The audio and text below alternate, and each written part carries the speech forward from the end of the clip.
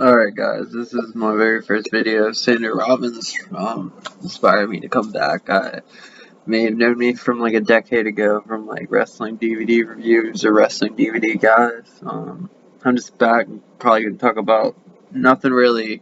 I mean, maybe some stuff that's happening right now, but I really just want to go back and talk about a lot of shows that nobody ever fucking talked about. This is a classic show right here that I hear no love about. Death Before Dishonor 2016, which in my opinion, the main event could be considered like definitely in the top 3 matches of 2016 easily. And the undercard just has so many good matches. Like, it's such an enjoyable show overall. So I just really thought I would just spend a couple of minutes just going over this. Is not going to be a long review. Maybe the reviews will get longer as time goes on, but I just want to spend a couple minutes just talking about the show because I really think all y'all should check it out. First match, Donovan Dijak versus Lio Rush, Jay White, and Kamaitachi. Kamaitachi, I remember watching Glory by Honor 2016, and he won like a 4-way with some notable guys and like Nick Jackson. But anyway, I'm a fan of him. I think fucking Jay White's like a movie star. I think there is so much marketability that is not going on with him and Lio Rush, obviously for WWE, everyone knows him. Surprising to me, Donovan Dijak went over. I thought it would have been more exciting than it was. Kamaitachi does this cool senton off the top to the outside, which I thought was kind of cool. Donovan Dijak wins with a fucking, what's it called? Kind of like a go to sleep, I guess. I'm having a brain freeze, but yeah. Next match is Shibata versus Silas Young. Silas Young had been calling him out. Shibata fucking kind of kicked his ass a little bit. Wasn't that really memorable, but still was alright. Next is we had Chaos with Trent, Rocky Romero, and Toru Yano versus Takahashi, Tonga, and Tagalao. This match again, not that long. It was alright for what it was. Pretty surprised Bullet Club didn't go over, but it's good to see Chaos honestly get a defeat over them if you're following what's going on. Now I move on to the shit that's really increasing the card. We got an Anything Goes match with Hangman Page versus Jay Briscoe. In reality, Hangman Page is probably one of my top 2 favorite wrestlers out right now.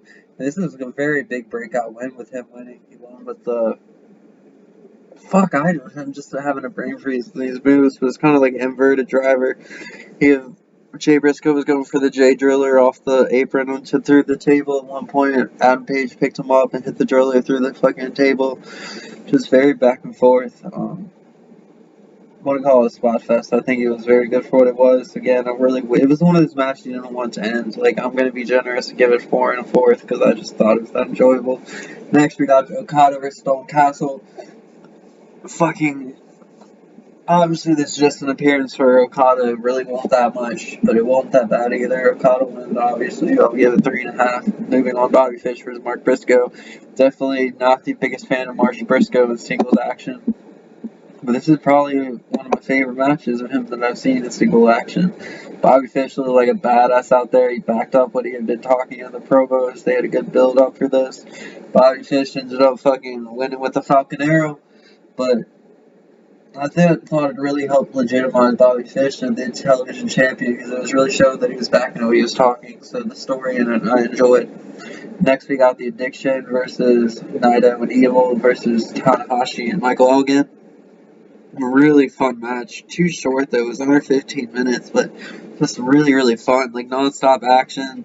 The finish was really fun too, where I believe Tanahashi hits the frog splash and Christopher Daniels tags him right before he goes to do it, and then Tanahashi's pinning him, and then he just rolls him up. So that was really fun.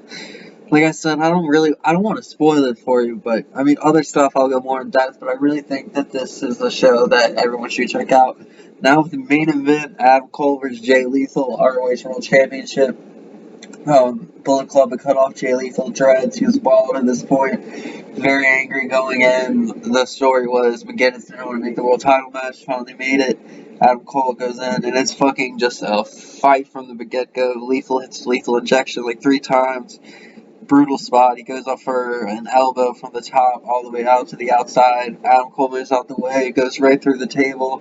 Adam Cole hits like the last shot like 4 times, 3 or 4 times in this match, and the ending was just sick. Like, Fucking Jay Lethal thinks he got Adam Cole, goes for lethal injection. Cole hits him with a super kick, Canadian Destroyer, 2 last shots, and winning. And just the look on Cole's face, and just McGinnis's reaction, as well as Kerry giving Cole the belt and just kind of being like, fuck you, and just handing it to him. Like, I know this is a short review, guys, and I probably really didn't tell you that much, but I just really think you guys should really definitely go out of your way to check this out. Obviously, with other reviews, are going to be longer, but I just wanted to put this out there.